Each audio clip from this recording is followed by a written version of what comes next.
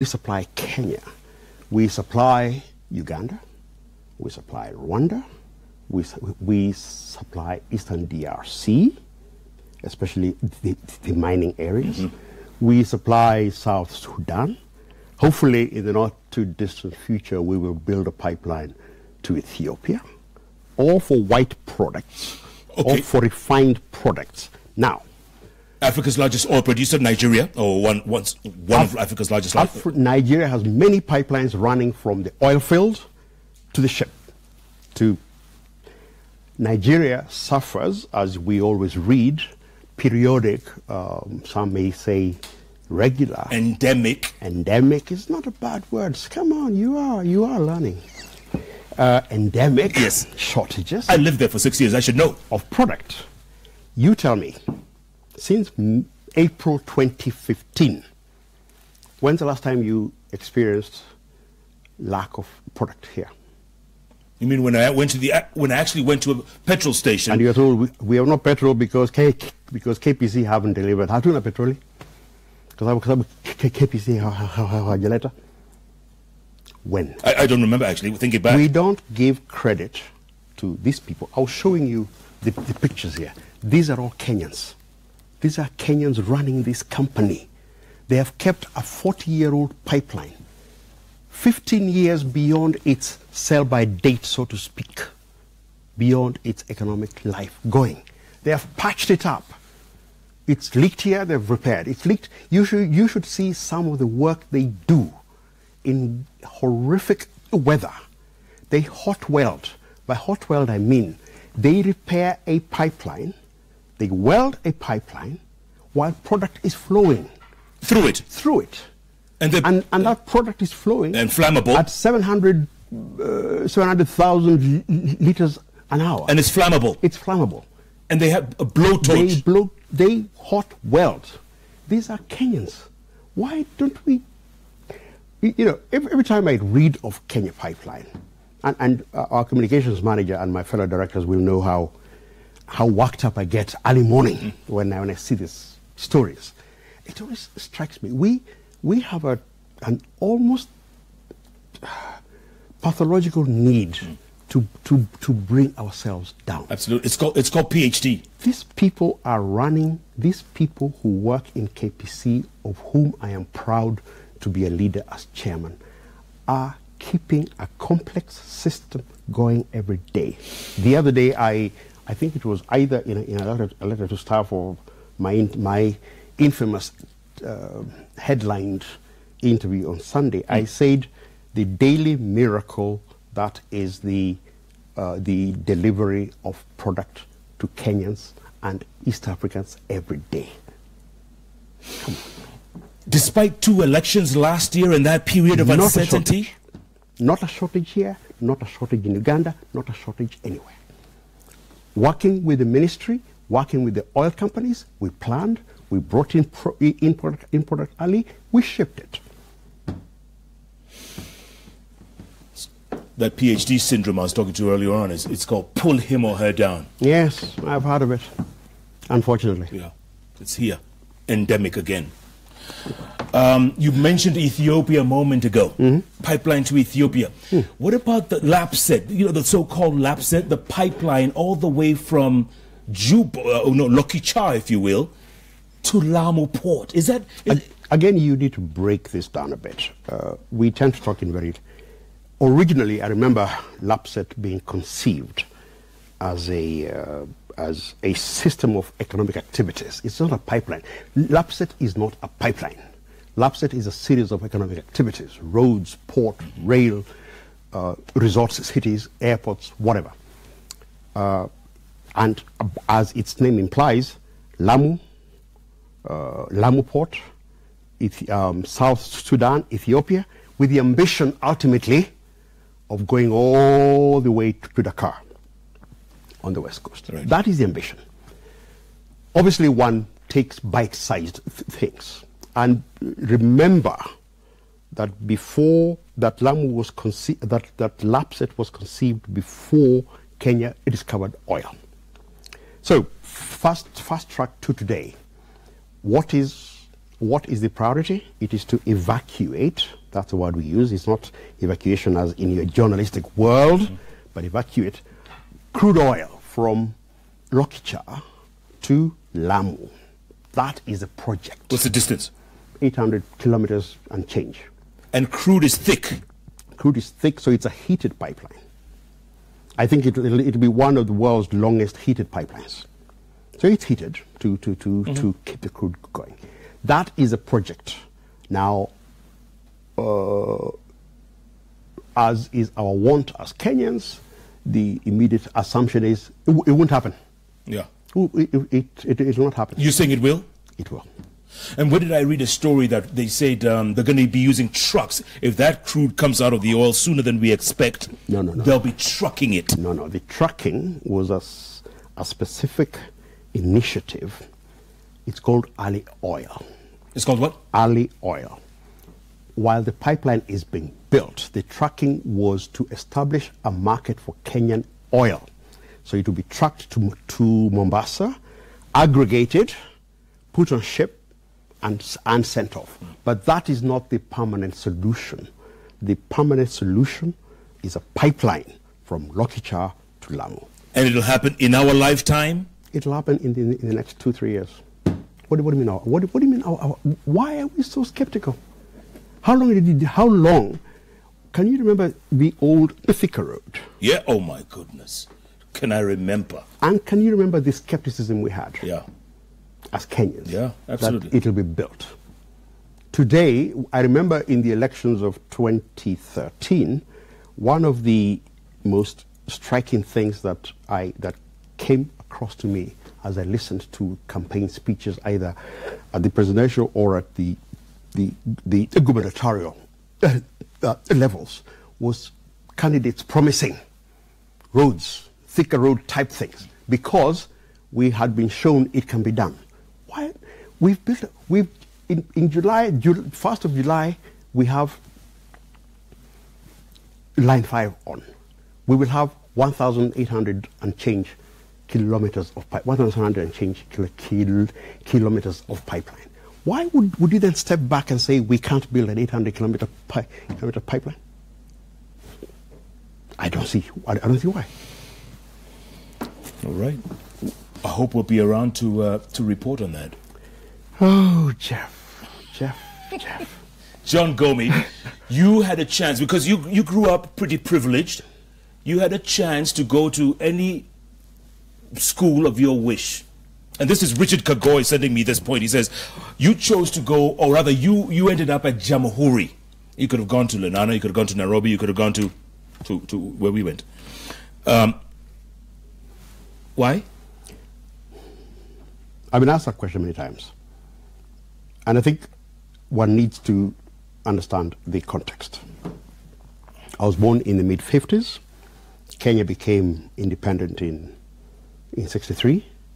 And the emerging leadership class among Africans all did the big trek from Eastlands. Don't forget, Kaloleni was the Runda or Buthega for Africans in the early 60s. Many Africans did the big trek from there west. We did the same and ended up in Karen. And but my father, for his own reasons, which I've come to appreciate today, ensured we actually stayed in the schools we started in. So I'm a proud alumni of St. John's Primary School, Kaloleni. We must have been, as I've told other audiences in the past, we must be the only children who were ever chauffeur-driven from Woodley and then from Karen to Kaloleni. When it came to high school, my father, again for his own reasons, chose to take me to the Duke of Gloucester, as it was called then. Or before that, it was the government Indian high school, then Duke of Gloucester, then Jamhuri.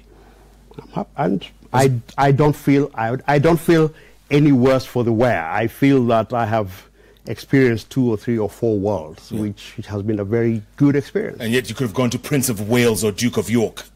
I didn't. It happened, and I'm happy I didn't. Maybe, and I'm sure it's running through your mind, if this is me after St. John's Primary School and Jamhuri High School in Ngara, what on earth would I have been if I had been to... I'm sure it crossed your mind. I shudder to think. So one day you wake up and there are auctioneers at your house. Look, again, it's a Kenyan trait which I don't understand. A group of friends and I went into business. We built a pretty successful business called Loiter. Loiter Capital. Absolutely. I know it. It, for whatever reason, no need to go into the reasons, it became a very successful operation, but let's just say several alpha males together do not make for expense controls. So it went the way that such institutions go. We had, and there's a whole history of borrowing to support it, or of foregoing income to support it, and the chickens came home to roost. And one can either cry "woe is me" and say I give up and so on and so forth, or one can man up. So I would say for 4 years, let's just say I had a very interesting experience with banks and court brokers and auctioneers and whatever. But then in Kenya, I don't understand Kenyans. There isn't a better teacher in business than failure, than seeing that. But here we've taken a very English approach to these things rather than an American one. You've lived in the U.S. Yes. And you know how many times people have failed and declared Chapter 11. Declared Chapter 11, then gone on and became successful. In Kenya, we wear it almost like a badge of shame. No, I actually am glad that as a banker, because bankers lead very sheltered lives in terms of such experiences, that as a banker, I was able to experience that side and still went back and with my head held high because I worked my way out of it. Hard. Yeah. Were your children affected? Because obviously the auctioneers show up and the kids are home and they're taking furniture, they're taking stuff. I think, look, they must have been, so must have my wife been. And I know she was. But again, on the other hand, what did they learn? That Dad is but mortal. Dad can make mistakes, but we came through it. Yeah. And they went on. My daughter, my last child, my daughter is at university in London in her final year. They went through it. It happened. It's an experience. Why would I hide it? And it's a damn good experience. Yeah, a lot of people out there will hide it. A lot of people will not admit to auctioneers coming or the banks taking over. They didn't take over. The auctioneers came. They never took anything. The threats were always there. You learn how to read the newspaper from the back. Is my house here today? There you go. Monica, should we do some tweets? Yeah. Okay, SMSs first, all right? As you wish. As you wish, ma'am.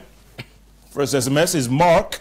Jeff, ask him what they will do, I think. What they will do with black market of fuel along the highway like in Sobeya near Salga. I think there's a misconception, Jeff, about what we do. We bring in fuel and hand it. We don't own fuel. It's very important you know this. Mm-hmm. We are a transporter. We transport fuel and hand it to the owners. Just like if you're in Mombasa, you're an importer, you load your container on to the SGR. Mm-hmm. The SGR deliver it to the inland container depot in Nairobi. It's yours. The oil, the product is not ours. We don't operate petrol stations. We don't police these things. What we do, we hand over the products into trucks at our depots, and the trucks go. Beyond that, in terms of a regulator, you are looking at the ERC. They are the ones who will then say who is black marketing or adulterating or whatever. Yeah. Our product is very clear. We deliver it to you at the depot, you take it away. Okay, what about something I mentioned? You mentioned sometime called demurrage.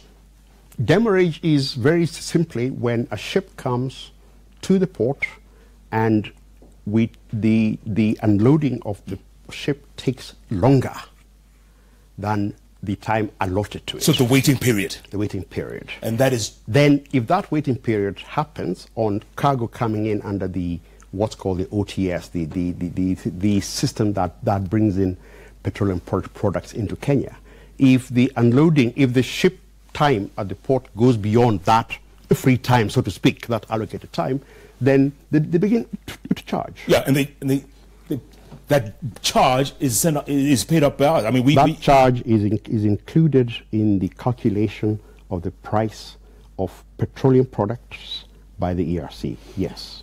Okay. Monica. So I'm not so to go back to the Mark's, yes. to the first question. I don't think there's anything we can do. It's not us. When the product is at Salga, yeah, it left our depot. It is not ours. It's not you. Okay. Kathleen says, please ask KPC boss why Tanzania tariffs are way better than Kenya's.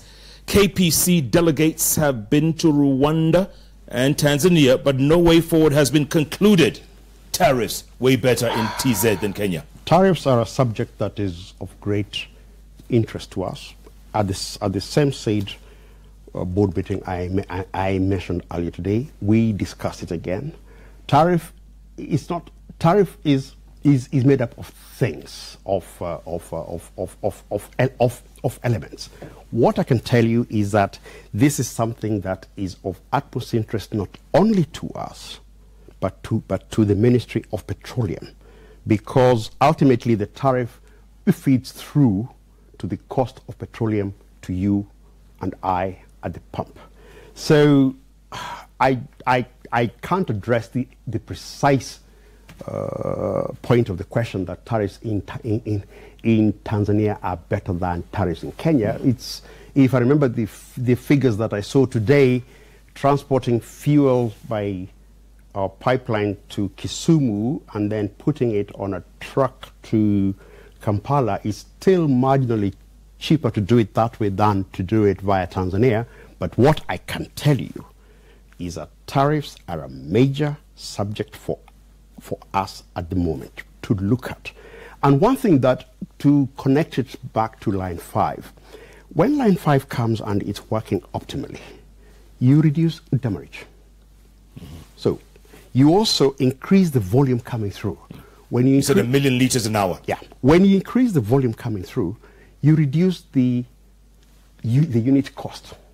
There's more coming through than there was earlier. So line 5 also has those advantages that we should be able to work on some of the operating expenses that go to making up the tariff. I don't think we are more expensive. I know that there are times, and the tariffs, by the way, is sort of static. Yeah.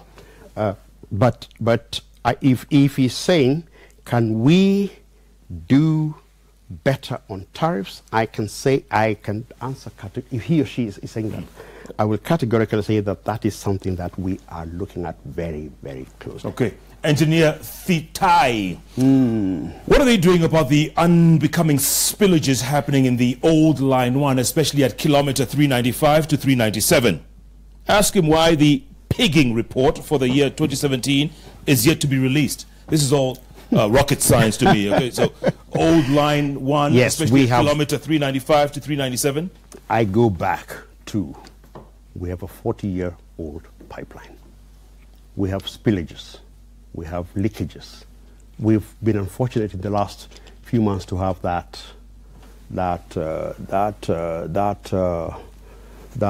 particular area, kilometer 395 to 397, having a lot of spillage. It's clear.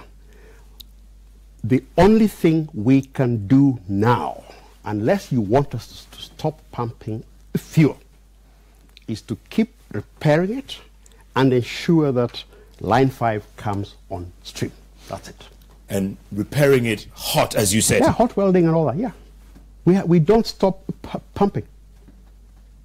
We don't stop pumping. Have we ever had an incident like in Sinai? We had Sinai, that was about, what, a decade ago? No, less. Less. Or when was it? Maybe, what, 09, 08, 09? 08 is a decade ago. Okay.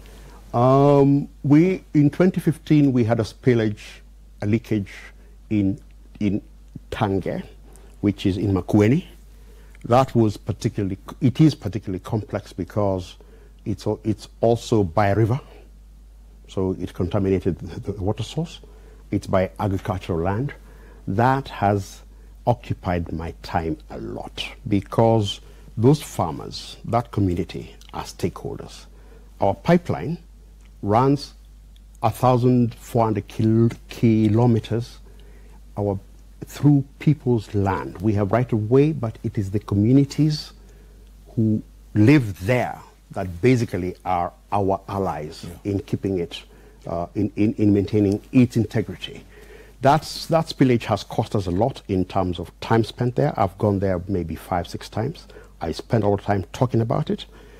We have paid out a lot in terms of medical, of food, of education bursaries. We are working with our insurers to pay out on crop and livestock and health insurance. I think the last figure I saw, we have spent so far, not what we have spent on the pipeline, on the repair, but on all these other activities, we have spent maybe 250 million. We also have a fantastic, and the media should go there. You have an open invitation to look at the land reclamation that has been done on the previously contaminated land. Yeah. We are coming to the end of that. It was a bad spillage, but I think we rose to, no, I'll rephrase that. We definitely rose to the occasion and have set the bar for ourselves and for others high in terms of how you respond and the aftermath. Yeah, but we don't like good news stories. We always like negative, so why should we know? I know. I kid you. Mogri, this tweets now. Mogri, John Gomi is well known for his good performance in the banking industry. We appreciate him for that. Let him continue with the same spirit while at the pipeline sector. Thank you. Kiprono Benson, KPC was on the spot over decisions made by its board and senior management that resulted in the loss of public funds. What plans does John Gomi have to prevent future losses? I think it would be good for them to specify what losses. This annual report is prepared and signed off by Edward Ouko.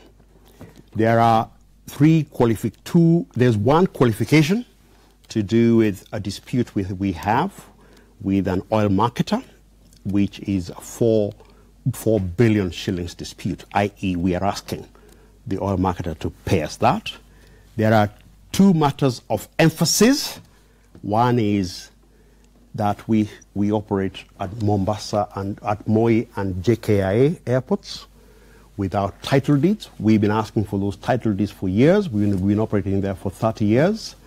And we've involved everybody but still don't have them. The mother title deed is held by Kenya Airports Authority. And there was one other matter of hydrant pit valves, which is a matter that is with the EACC and has been there since 2014. Is he asking about any of those or others? Has he got specifics?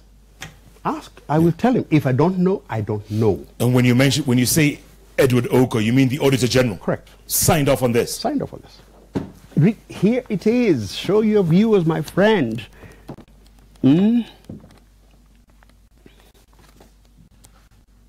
That's the auditor's opinion. Monica, what camera? 2. Here we go. Edward Ouko signed off on your AGM. On our account, yes. He says you're clean. He says there are those issues, but other than those issues, we're good, yes. And issues have been set out there. I've told you what were there. So I'm not sure what these other issues are. Yeah. Please specify them. If I know them, I will answer them. Okay, Freddie Kamau, you say, Jeff, ask Gomi, what is the future of KPC in the next 5 years? Do they have plan of starting production of lubricants?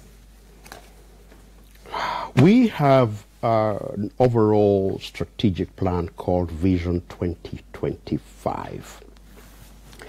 And it involves diversifying our business. Lubricants would definitely be one thing we would think about, but for us, the most important thing is to help ameliorate two problems in Kenya. One problem is deforestation, and the other problem is respiratory health issues, which are a major problem. If you read Saturday's papers, they were full of that. Yeah. The majority of Kenyan households rely on 4 fuels: charcoal, firewood, paraffin, kerosene. You will not resolve deforestation, no matter how many efforts we put in, if millions and millions of people are still dependent on charcoal and firewood. And then if you take the other two plus this, the health issues that people get from being in small enclosed spaces will have to be resolved as well. We think and we believe that LPG is the way to go.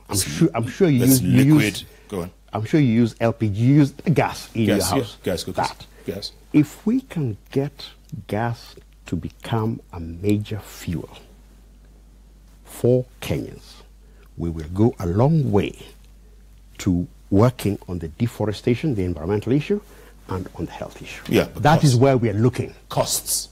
Whose costs? LPG. We will set up the infrastructure. We are a company owned by Kenyans. We are looking at setting up infrastructure. I think the figures we are toying with at the moment are about $125 million, 12.5 billion shillings, to set up receipt and storage facilities in Mombasa and Nairobi. We have to start, but we have to help Kenyans move away from those destructive fuels I talked about. Okay, thanks for that. Tony Morega, you say, ask Ngumi whether the pipeline ever had the intention of removing tankers from the roads, and if so, why do we still have them? Actually, more of them. Are they talking about tankers on the main roads? Yeah, or like let's say Mombasa Highway. Tankers, or even Eldoret Highway. KPC removing gives us a power we don't have. The power we have is to make it attractive to oil companies to use the pipeline as opposed to tankers. 80% of the product consumed in Kenya is moved by the pipeline. So I think it's not even a glass half full and half empty situation. It is a glass 3/4 full, or even 80% full, so to speak. We would like to be 100% full. If we get the efficiencies we want and transmit those efficiencies through the tariff, we will remove the tankers. We can't order tankers off the roads, but 80% of fuel in Kenya being transported by pipeline already tells you that we have removed a lot of tankers. Would we ever build a refinery? I don't know. Not my shop. We had a refinery. I think the amounts of money required to make it into a modern refinery with an ability to crack down all the elements to the finest and most valuable fuels was deemed to be too much. Yeah. I don't think that door is closed. You know, Uganda on its oil has been talking about a 30,000 barrels per day refinery. It is entirely possible we will do that in Kenya. But don't ask me, because I know you will ask me, like, you know, will the pipeline ever built? Will the refinery ever be built?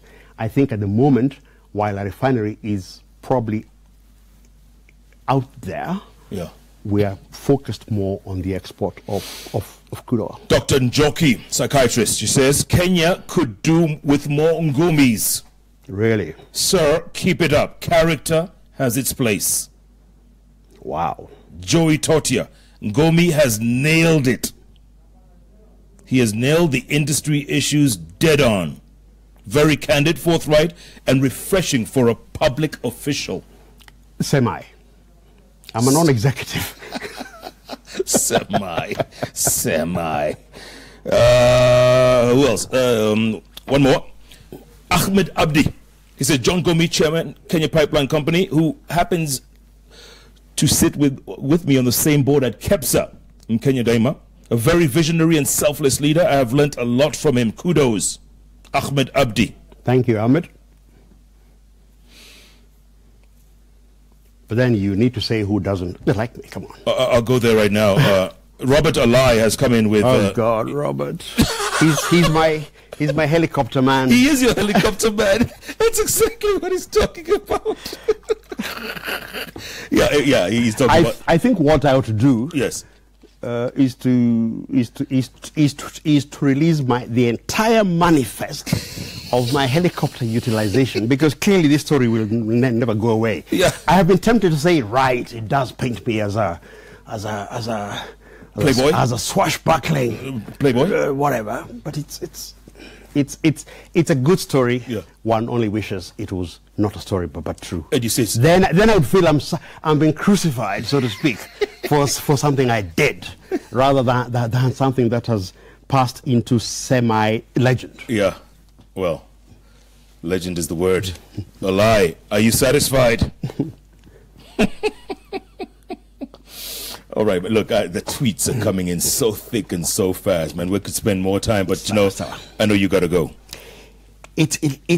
You had promised me 11. It's 11:15. Gosh, what a Well, you didn't think I would have enough questions for an hour. That is true. That is true. I will admit that. You underestimate my intelligence? That has nothing to do with it. Would be pretty difficult. Monica, which camera? This one? John Gomi, you have exactly 45 seconds to a minute. That's your camera there. You can look right in there and talk to Kenyans about this vision that you obviously are very passionate about. These game changers. The landscape is going to look different in the next few years. Convince my people. I don't think I need to talk about any projects. What I can say is that in Kenya Pipeline, this country has a jewel.